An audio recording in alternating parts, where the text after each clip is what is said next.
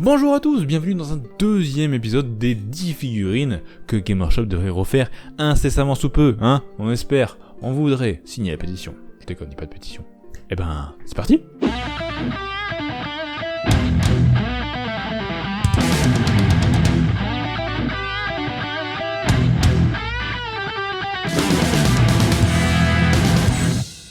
Encore une fois, hein, les vieilles figurines ne sont pas forcément bonnes toutes à jeter.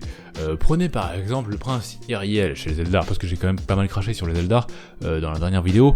Le prince Iriel je le trouve vraiment très classe. Ou encore Illic Nightspear ou Sightspear ou je sais plus quoi, enfin le sniper, il est très beau lui, j'aime beaucoup. Ou encore Pedro Cantor. Pedro Cantor, franchement, la classe incarnée ce mec. Lui il est très vieux et pourtant il est top. Vraiment top. Mais malheureusement ce n'est pas le cas de tout le monde. Et on va commencer avec de l'Astra Militarum. Il n'était pas présent à l'épisode précédent, mais on va se rattraper rapidement et efficacement avec les Katachans. Voilà, vous avez aimé Rambo, vous aimerez les Katachans. J'espère, je ne sais pas. En vrai moi ça me fait de la peine un petit peu de les trouver moches maintenant, parce que ça fait partie des premières figurines que j'ai eues. Bon, je les ai complètement tous perdus, mais quand j'étais tout petit, et que j'ai commencé les figurines, du coup, après mon premier Space Marine, mon premier Rhino, mon premier char c'était un Rhino, j'ai eu une boîte de Katachans. Après aussi avoir eu des Rois des Tombes, je crois, j'ai eu une boîte de squelettes, forcément. Et là j'avais vu genre des gros J. Joe et tout comme ça, j'avais mon époque J. Joe, je sais pas si vous connaissiez, mais à l'époque il y avait des figurines J. Joe. Et du coup j'avais eu des gros Katachans comme ça, avec des gros muscles et tout, j'étais tout content, il y en avait, je leur avais mis du sang et tout, parce que c'était du gros Rambo, tu vois, il traversait la jungle, il défonçait tout, il découpait des Xenos et tout. Et maintenant je suis un petit peu déçu. En fait, c'est surtout qu'on voit aussi des nouvelles figurines, celles qui ont, comme j'avais fait dans ma vidéo, 10 figurines qui nous manquent, numéro 2, le colonel Katachan et ce genre de figurines qui ont été resculptées et qui prouvent qu'on peut vraiment avoir de très belles figurines avec des gros muscles et tout, sans pour autant être pas beau, tu vois. Et du coup, voilà, maintenant qu'on sait qu'ils peuvent faire ça, on aimerait bien avoir mieux, quoi, genre vraiment mieux. Moi je ne joue pas à Astra Militarum, tout mon Astra Militarum repasse dans le culte de Genestealer, mais pour le coup, franchement si je devais faire une armée Astra, je ferais une armée Katachan. Mais pas avec ça, surtout avec lui là et ses yeux là. Ensuite, alors bon, normalement je parle pas trop de Seigneur des Anneaux parce que la plupart des figurines du Seigneur des Anneaux, même si elles sont très vieilles, sont encore emblématiques pour moi, et en tant que fanboy absolu, je n'arrive pas vraiment à les critiquer.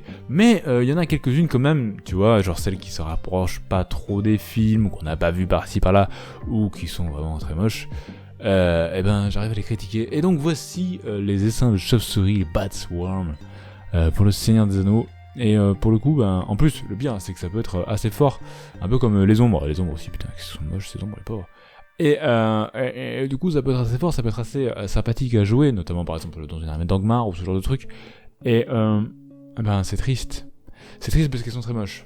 Voilà, c'est à peu près tout ce que j'avais à dire. Mais j'aime pas trop râler un peu sur le Seigneur des Anneaux trop longtemps, hein, faudrait pas non plus déconvaincre le peu de personnes qui veulent y jouer. Du coup, repassons sur autre chose et prouvons que 40k c'est pire des fois. Voici un Seigneur du Chaos Nightlord. J'espère que vous aimez les oreilles. Mis à part la peinture des éclairs qui est franchement respectable, c'est pas la meilleure qu'ils aient fait, mais c'est joli. Waouh, il est vieux quoi, hein. On sent la vieillesse dans cette sculpture, voilà. Il est encore sur socle de 25 mm. J'imagine même pas la comparaison de taille, par exemple avec un vrai SMC actuel True Scale, ou encore pire un Abaddon, ce genre de truc. Voilà, je vous laisse imaginer un peu tout ça. On notera quand même une petite présence de tête sur les polières, j'aime beaucoup. Nightlord style, c'est respecté au moins. Et l'absence totale de contraste dans le bolter, qui est Polygon Metal. Et on repart sur l'escavane avec un petit personnage, parce que mine de rien, je peux pas le laisser trop longtemps tranquille. Hein. Et voici donc un Plague Priest, un prêtre de la peste, Skaven. On est grosso merdo, voire peut-être même pire que sur les Night Runners qu'on a vu la dernière fois, tout ça, parce qu'en fait, ça paraît un peu mieux comme ça, parce que c'est un personnage, ça a été sculpté, c'est en résine, enfin c'était anciennement en métal, maintenant en résine, et c'est un personnage, ils ont mis plus d'attention dans la peinture et tout, mais non, il est peut-être un peu mieux quand même, mais j'arrive vraiment pas à savoir quoi. J'aime bien son bâton, et son bouquin, mais c'est du freehand. Voilà, c'est un petit peu triste quand même pour un... De toute façon, de manière générale, hein, si vous jouez sous Skaven et que vous jouez autre chose que tout ce qui est sorti après l'île de sang, c'est un petit peu dommage, quoi. C'est un peu du gâchis. Et si vous jouez particulièrement la peste, à part la cloche et la catapulte, en fait, tout ce qui est moine de la peste, et tout ça, c'est pas top. C'est vraiment pas très joli, malheureusement. Mais bon, peut-être, avec un peu de chance, ça ressortira en mieux bientôt. On espère.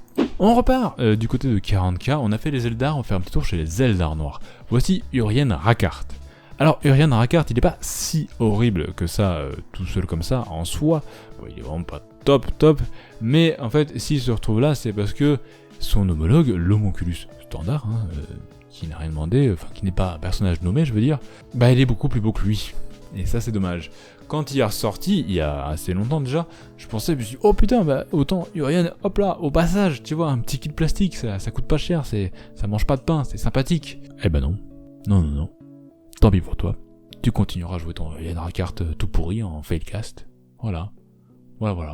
Il est très important pour tes Talos, eh ben tant pis. Si t'es chaud au pire, t'as qu'à le convertir, et puis voilà, c'est tout, hein. Bon, on espère que Urien Rakart ressortira un de ces quatre. Ah mais non, c'est vrai que le codex vient tout juste de ressortir et on a droit qu'à l'élite de manière nouvelle. Donc tant pis, j'abuse, il y a aussi eu Drazar et les incubes, mais c'était il y a quelques temps. D'ailleurs les incubes par exemple faisaient partie des figurines que je trouvais encore classe avant qu'elles soient refaites. Et pour moi certaines nécessitent une meilleure refonte, enfin en tout cas plus rapide que les incubes n'en avaient besoin. Et on repart faire un tour du côté des Eldar avec le Lord Phoenix Baharroth. Lui pour le coup il est pas horrible, il est franchement pas beau, il est pas horrible, mais en fait c'est surtout ce côté très monopose qu'on avait tout un temps à l'époque. En fait sa figurine est sûrement d'un seul bloc, peut-être deux, mais un seul je dirais, tu vois, la main doit être collée en un seul bloc à l'aile. Je vais vérifier ça tout de suite en fait. Baharroth. Phoenix Lord Baharroth. 20 balles hein monsieur. Ah il est en métal, tiens. Il contient une figurine en métal de Baharroth Seigneur Phoenix Swooping Oak. Il n'est pas précisé que ça nécessite un assemblage et qu'il conseille de la superglue citadelle, donc c'est une figurine en une seule partie. Parce que sinon il le précise à chaque fois. Et donc du coup voilà, en fait j'aime beaucoup ces plumes elles sont sympathiques. La peinture aussi pour l'époque du coup est vraiment très stylée. Tu sens que c'était un peu chauffé et tout. C'était un peu l'époque aussi en même temps que le Sanguinor, tu sais, où ils avaient fait un peu du NMM et tout. Il y avait des peintres qui expérimentaient de nouvelles choses à cette époque dans Heavy Metal. Et ça a fait un bon vent de fraîcheur. C'était vraiment cool. Du coup la figue est globalement... elle est pas horrible, mais elle est franchement pas jolie, elle est pas du tout au standard actuel en fait. Et c'est ça qui est un petit peu dommage. Et ça serait sympathique de la refaire. Surtout quand on voit son homologue Autarque avec les ailes, Sweeping Oak, exactement celle-là. Bah, il est mieux quoi, il est quand même beaucoup plus joli. Alors qu'il a quand même déjà 5 ou 6 ans. Du coup ça lui ferait pas de mal, une petite grosse refonte, ça serait assez agréable. J'aime beaucoup cette figurine, enfin j'aimerais beaucoup l'avoir en fait. En plus jolie bien sûr, pas comme ça. Attention, on va rentrer dans un petit peu du lourd.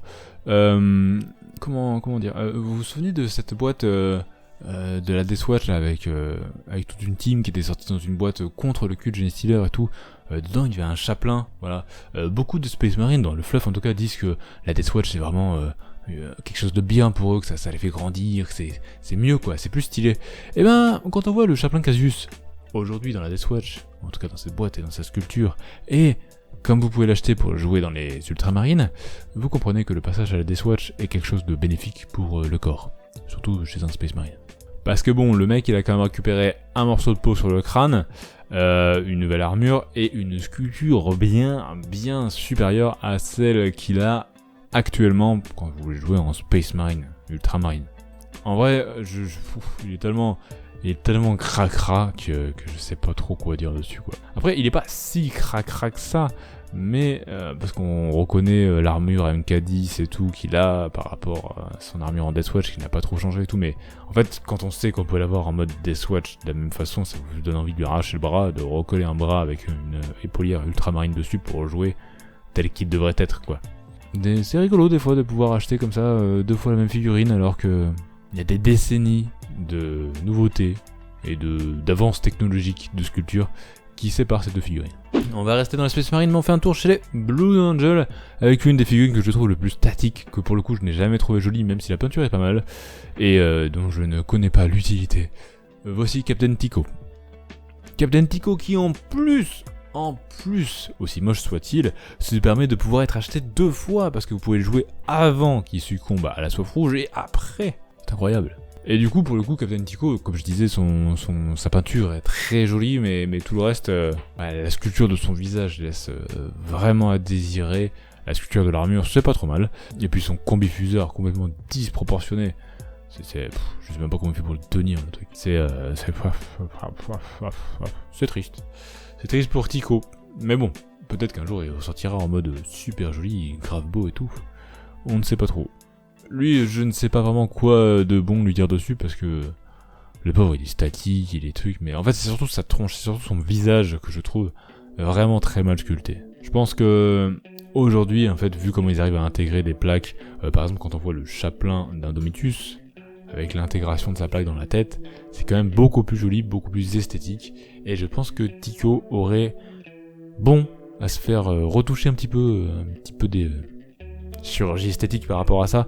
Au niveau sculpture, ça serait quand même vraiment bien stylé. Parce qu'on peut faire, du coup, c'est quand même quelque chose qui peut être assez cool, assez classe. Genre, il a perdu un morceau de visage, mais on l'a remplacé avec du métal, ou en l'occurrence là, de l'or, parce que c'était trop important, parce qu'on avait trop besoin de lui, qu'on lui a sauvé la vie, etc., qui est trop fort. Et maintenant, il vit avec un morceau de métal à la place du visage et tout, c'est pas grave, il peut se battre quand même, il est trop fort.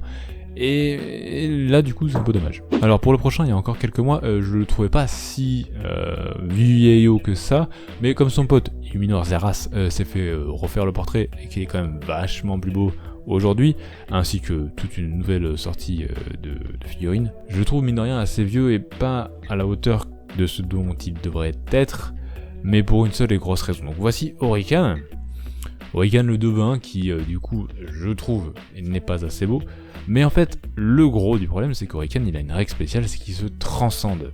Et quand Orican se transcende, il se tape quand même force 7 et endurance 7.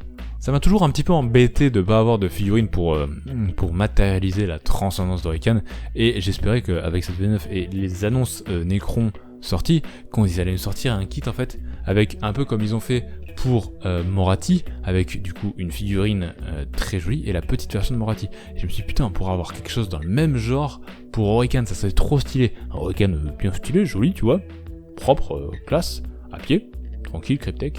Et une grosse version bien vénère en mode je suis transcendé, j'ai pété un câble, je vais tous vous éclater la tronche. Mais non, on n'a pas eu cette version d'Orican, et ça sera peut-être plus tard pour la V10, qui sait, on verra bien. J'aimerais bien. Enfin bon, ça fait partie des kits que j'aimerais vraiment voir sortir. Ça, c'est vraiment très très très cool. Enfin, changer de figurine pendant la partie et tout, moi c'est quelque chose qui me fait délirer. Genre en mode, ouais, j'ai payé -1, on est tour 2, Orican il va transcender, voilà, maintenant il ressemble à ça, il va t'éclater la tronche. J'aime beaucoup, c'est dans mon délire. Et on en arrive déjà à la dernière figurine. Et là encore un petit coup de vieux, on va faire un petit tour chez les SMC. Et chez les SMC, si aujourd'hui vous voulez jouer un Lord non nommé avec un réacteur dorsal, eh bien, parce que sinon si vous jouez un Lord nommé à réacteur dorsal, vous pourriez avoir le World Claimer, qui est somme toute très joli. Mais si ce n'est pas votre délire et que vous voulez avoir un réacteur dorsal et double griffe, eh bien vous tapez ça. Voici donc un Lord du Chaos Lord, avec réacteur dorsaux. Bon, on avait déjà l'idée de l'époque où il faisait lever en fait les figurines qui s'envolaient par rapport au socle en fait, avec des petits éléments sur le socle. Mais voilà, en fait, la figurine est tellement vieille que vous voyez en fait les réacteurs qu'il a, ce sont les vieilles versions de réacteurs qu'on avait sur les anciens Raptors, qui étaient une boîte en métal à l'époque. C'est dire à quel point c'est vieux, parce que les nouveaux Raptors ils datent d'il y a longtemps. Hein. Je sais plus s'ils sont sortis avec la V6 ou encore un petit peu avant, je ne sais plus trop. Mais bon, voilà, on est en V9 quoi. Donc c'était il y a fort longtemps. Ils ont au moins 10 ans. Et ce tête qu'il a, on dirait un vampire avec ses 3 dents là, c'est catastrophe. Il y a que les griffes énergétiques qui pour le coup, elles n'ont pas vraiment trop changé. D'un côté c'était assez bien là comme ça. Bon, et les pattes, enfin, ce qui lui sert de pied là, un peu catastrophique. Mais bon, voilà. Et ben c'est tout pour aujourd'hui. J'espère que ça vous aura fait rigoler et que du coup vous n'achèterez pas ces figurines et que vous attendrez qu'elles ressortent, parce que voilà, c'est comme ça qu'on fait. On n'a pas le choix. On attend que Gamesler fasse. D'un côté ils peuvent pas tout refaire tout le temps, bien évidemment, mais bon, de temps en temps un petit vent de fraîcheur ça ferait du bien. Voilà, en tout cas j'espère vraiment que ça vous aura plu, je vous fais des bisous, je vous dis à bientôt, ciao. Et si mon travail vous plaît, vous pouvez me soutenir sur Patreon, ça aide beaucoup à faire grandir la chaîne et à ce que je continue mon travail. Voilà, faites un petit tour, ça me fera vraiment plaisir, et à bientôt, ciao.